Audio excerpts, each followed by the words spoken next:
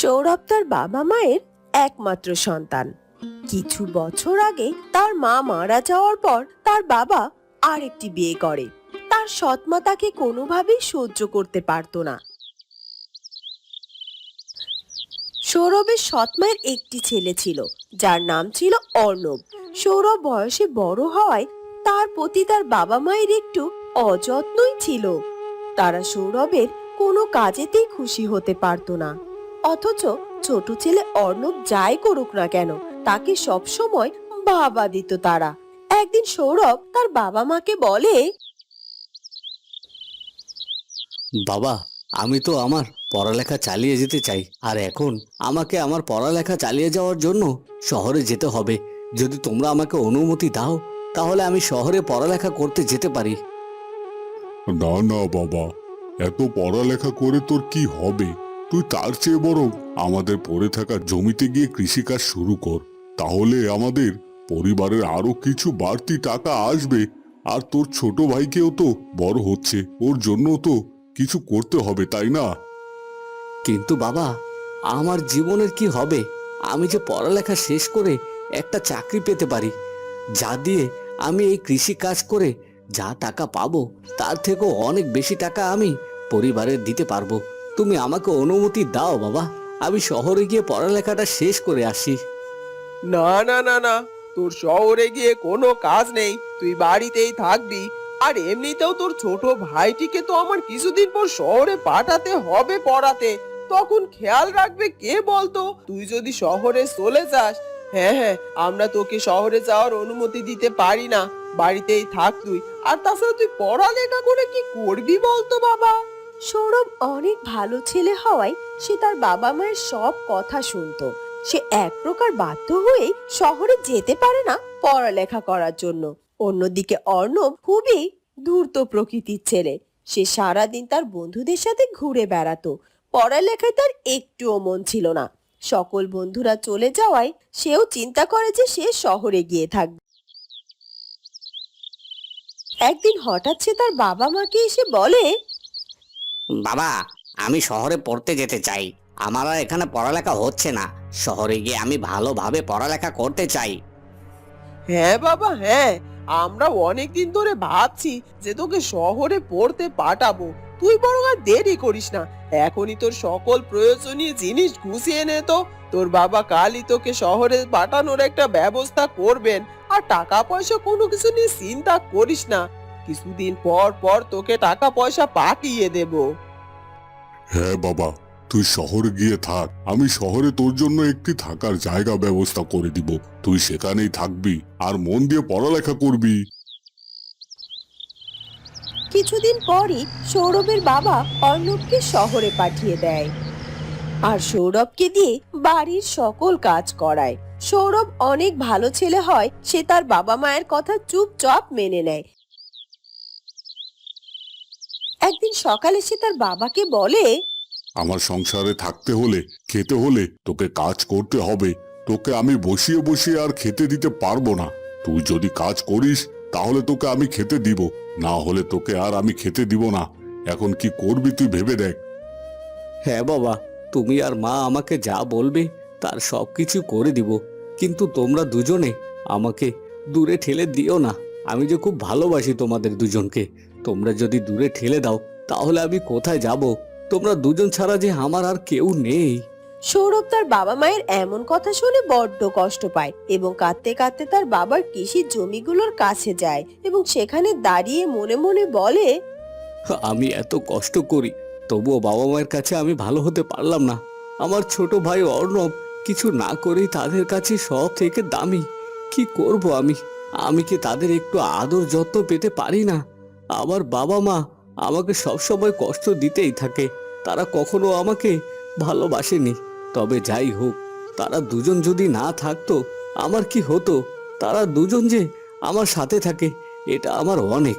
যাই, আমি বাড়ির দিকে ফিরে যাই। আমি আর এখানে দাঁড়িয়ে থাকবো না।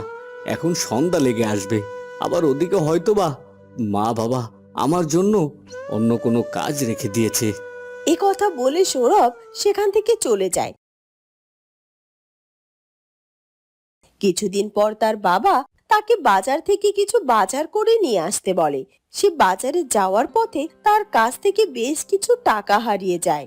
বাজারে গিয়ে সে বুঝতে পারে যে তার কাছে টাকা নেই। তখন সে আবারও সেই পথ দিয়ে আসতে থাকে যাতে সে টাকাগুলো পেয়ে যায়, কিন্তু সে টাকাগুলো খুঁজে না পেয়ে অনেক কাঁদতে থাকে। বাবা হয়তো আজকে আমাকে বাড়ি থেকে তাড়িয়ে দিবে, যে আজ অনেক বড় ভুল করে ফেলেছি। আমার কাছে রাখা টাকাগুলো আমি যে হারিয়ে ফেলেছি।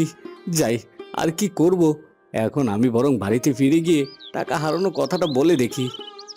এরপর সৌরভ সেখান থেকে বাড়িতে চলে যায় আর তার বাবার কাছে গিয়ে বলে, বাবা, আমার কাছে তুমি যে টাকা দিয়েছিলে বাজার করার জন্য, সেটা যে আমার কাছ থেকে হারিয়ে গিয়েছে।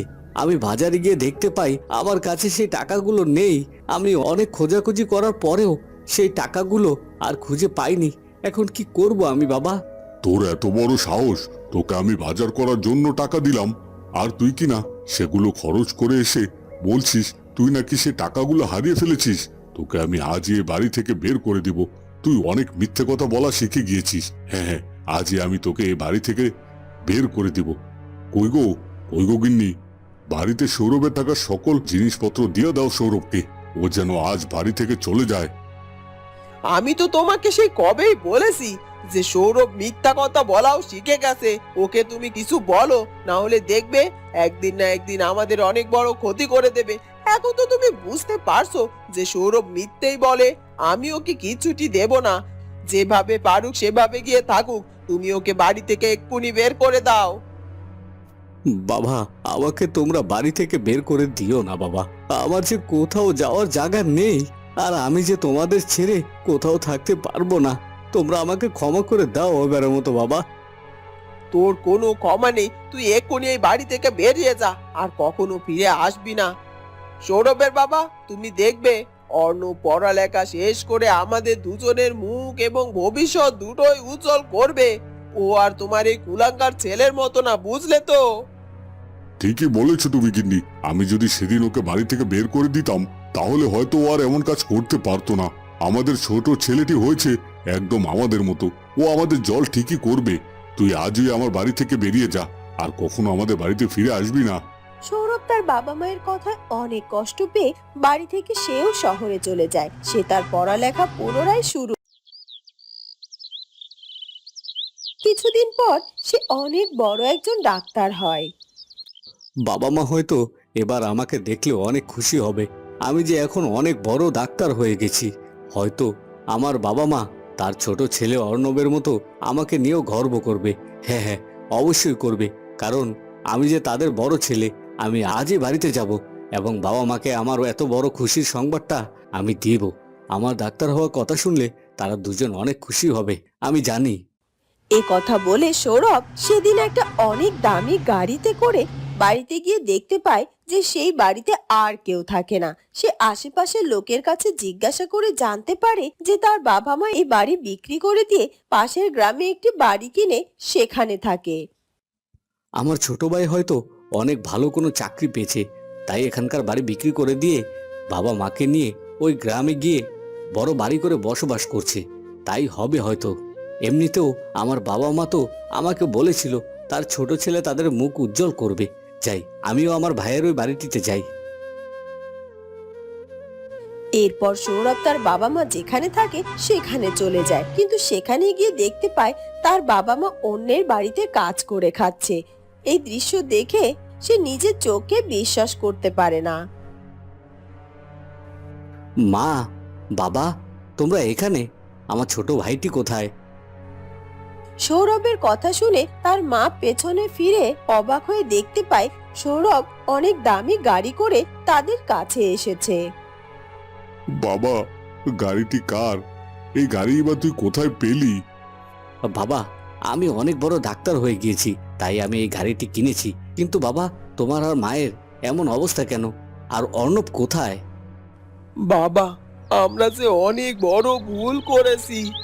আমরা তোকে অনেক কষ্ট দিয়ে বাড়ি থেকে বের করে দিয়েছিলাম, কিন্তু দেখ আজ ভাগ্যের কি পরিণতি, আমাদেরকেও আজ কষ্ট করতে হচ্ছে এভাবে। বিধাতা আমাদের অন্যায়ের শাস্তি দিয়েছে।